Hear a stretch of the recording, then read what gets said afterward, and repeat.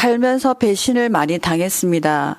특히 믿었던 스승에게 배신을 당했던 그 충격이 아직도 남아 있습니다.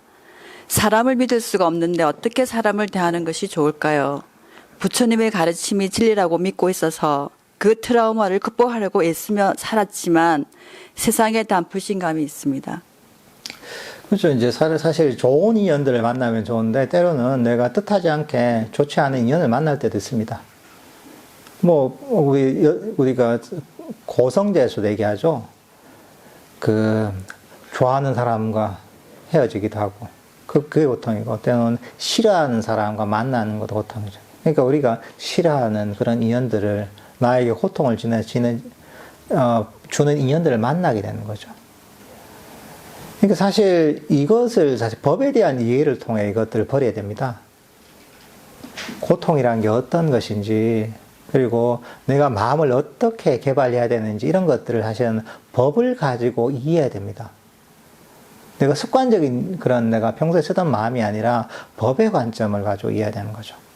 그래야지 우리가 괴로움에서 벗어날 수가 있습니다. 내가 평소에 갖고 있던 그냥 세속적인 기준만 갖고 하면 한계가 있습니다. 문제에 봉착하게 돼 있습니다, 이게. 결국은 보통 사람들이 살아가는 거는 환경에 휘둘리거든요. 좋은 인연을 만나면 괜찮다가 좀 안 좋은 인연을 만나면 또 내가 막 엄청난 문제가 생깁니다. 일이 잘 풀릴 때는 기분 좋지만 일이 안 풀리고 문제가 그냥 닥쳐올 때면 그때는 정신을 못 차립니다. 그러니까 밖에 인연이나 밖에 미래의 일들은 내가 통제할 수 없고 예측할 수 없는 일들이 너무 많습니다. 이 사바세계가 위험한 겁니다, 원래. 그러니까 정말 이 위험한데 아찔한 균형을 지금 유지하고 있는 겁니다. 사람들이 몰라서 그렇죠. 생명체도 마찬가지입니다. 언제 죽을지 모릅니다, 이게. 이 복잡한 생명체가 조금만 어긋나도 이게 병이 생기고 생명이 그냥 사라집니다, 이게. 요즘 많잖아요. 튀르키예 같은 경우에는 지진이 그렇게 날 줄 누가 알았어요? 아무도 예상을 못 합니다. 어떤 일이 터질지 사실 예상을 못 합니다. 통제 안 되는 게 많아요.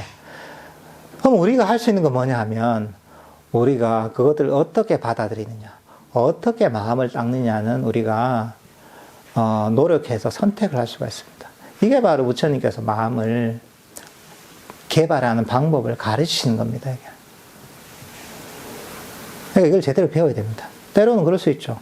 업에 대해서 이해하는, 이게 사람들이 선업과 악업, 이런 인연이 있어서 결국 내가 이런 인연을 만난 것, 본인이 지은 인연이 있으니까 그런 거다. 때로는, 내가 뭐 받을 걸 받았구나, 빚을 갚았구나, 이렇게 바라볼 수도 있는 것이고, 때로는 다음에는 좀 더 좋은 인연을 만나도록 내가 그런 지혜를 기를 수도 있는 겁니다.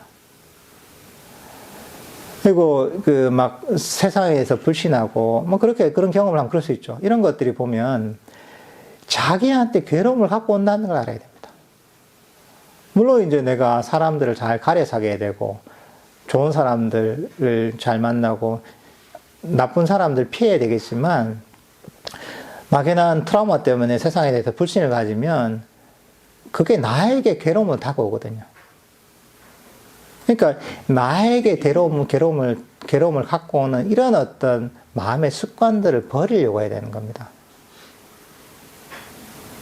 그러니까 오히려 사람들을 싫어한다기보다 이럴 때일수록 사실은 내 마음을, 내 자신과 타인에 대한 자애심을 자꾸 개발해야 됩니다. 자기 자신을 위해서. 그러니까 사실은 이게 이런 마음 닦는, 마음의 업과 마음의 원리를 이해하고 사실은 마음을 닦는 그런 시간을 잘 가져야 됩니다. 그러니까 이제 한마디로 어떻게 하긴 힘들겠지만 결국은 타인과 여러 가지 주위 환경에 초점을 맞추면 아무것도 해결이 안 됩니다. 결국은 내가 할 수 있는 거는 내 마음을 바꾸는 수밖에 없습니다. 어떤 상황이 닥쳐도 어떤 안 좋은 일이 있어도 내가 평화로울 수 있는 그런 마음을 개발하는 수밖에 없습니다. 그게 사실 부처님의 가르침입니다. 부처님은 세상을 바꾸고 사람을 바꾸는 데 관심이 없습니다. 상대방을 어떻게 바꾸고 세상을 어떻게 기억하고 바꿔서 이 좋은 세상을 만들어요. 거기에는 기본적으로 관심이 없으셨어요. 부처님께 초점을 맞추는 건 뭐냐면, 어떻게 하면 내 마음을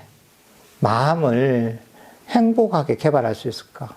이런저런 상황에도 불구하고 언제나 내 마음이 평화롭고 행복할 수 있는가 하는 그런 길을 가르쳐 주신 겁니다. 그러다 보면 주위를 보는 지혜도 생기고, 또 주위에서 밖에서 어떤 일이 생겨도 내 마음이 평화로울 수가 있는 거죠.